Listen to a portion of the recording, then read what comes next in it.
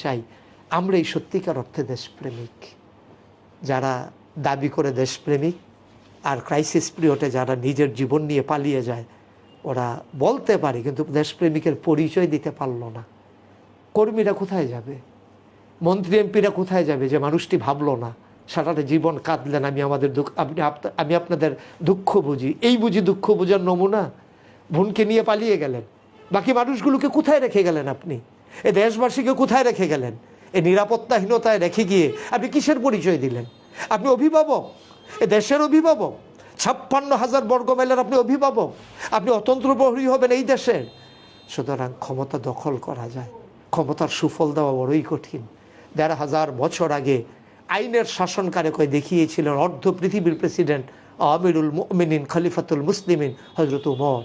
তার ছেলে যখন অপরাধে ধরা পড়ে গেল, তিনি বললেন অপরাধী এটাই তার পরপরিচয়। তিনি নিজের হাতে চাবুক মারলেন ছেলের পিঠে।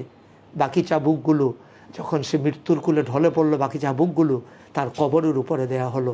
আইনের শাসন তাকেই বলে। সুতরাং কখনোই আমরা আপনাদের কাছে আসবো না যে আমার একজন কর্মীকে আপনি ছেড়ে দেন যে মাদকের সাথে জড়িত। আমরা কখনোই বলবো না আমাদের লোকটাকে ছেড়ে দেন যে লুটতরাজ রাহাজানি চাঁদাবাজির সাথে জড়িত। আপনাদেরকে স্বাধীনভাবে আপনাদের রাষ্ট্র পরিচালনার জন্য আপনার আওতাধীন এলাকায় আপনি আপনার মতো করে সকল কাজ নিশ্চিন্তে নির্বিঘ্নে আমাদের সহযোগে নিয়ে যেন করতে পারেন, আমরা এতটুকু আল্লাহকে সাক্ষী রেখে আপনাকে এনশিওর করে গেলাম।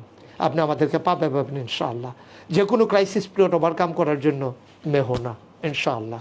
আপনি যখন দেখবেন রাত 3টায় আমি গাড়ি নিয়ে চলে এসেছি। আমি এতটুকুনই বললাম, আর বাকিটা আমরা কাজে প্রমাণ দেবো ইনশাআল্লাহ। আমরা বিশ্বাস